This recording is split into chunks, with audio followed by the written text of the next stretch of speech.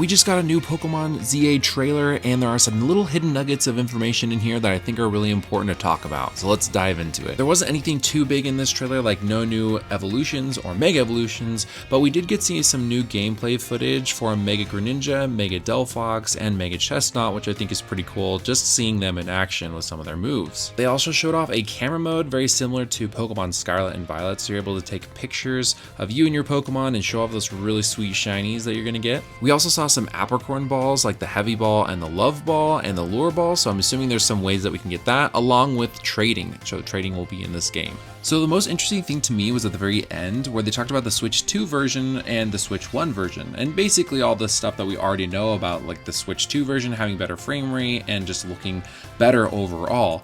But what I thought was interesting is they went out of their way to mention that the Switch version, if you ever wanted to upgrade for a Switch 2, you'd need to get the upgrade pack. However, something interesting that I didn't hear them mention at all, which I think is very, very interesting and you guys should know about. On the Nintendo website about Pokemon Legends ZA, it mentions the Nintendo Switch 2 version. It says Pokemon Legends ZA Nintendo Switch Edition is playable only on Switch 2. Then it says, if the game card is inserted into a Nintendo Switch console, you may play the Nintendo Switch version of the game without any additional features exclusive to the Nintendo Switch 2 version.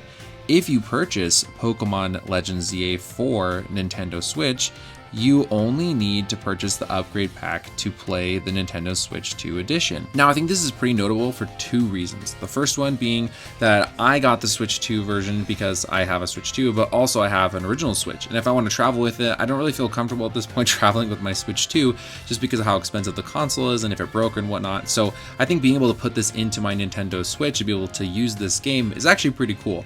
Secondly, if you guys are on the fence about buying the Switch 2 still, you could just buy the Nintendo Switch 2 version, and then later down the line, if you ever really want to get the Nintendo Switch 2, you can always just put that in and the game will still work, and you don't have to buy the upgrade pack later. So I think that's pretty cool, but let me know what you guys think in the comments below. Thank you guys for watching. Please like and subscribe to support the channel, and I'll see you guys in the next video. Peace.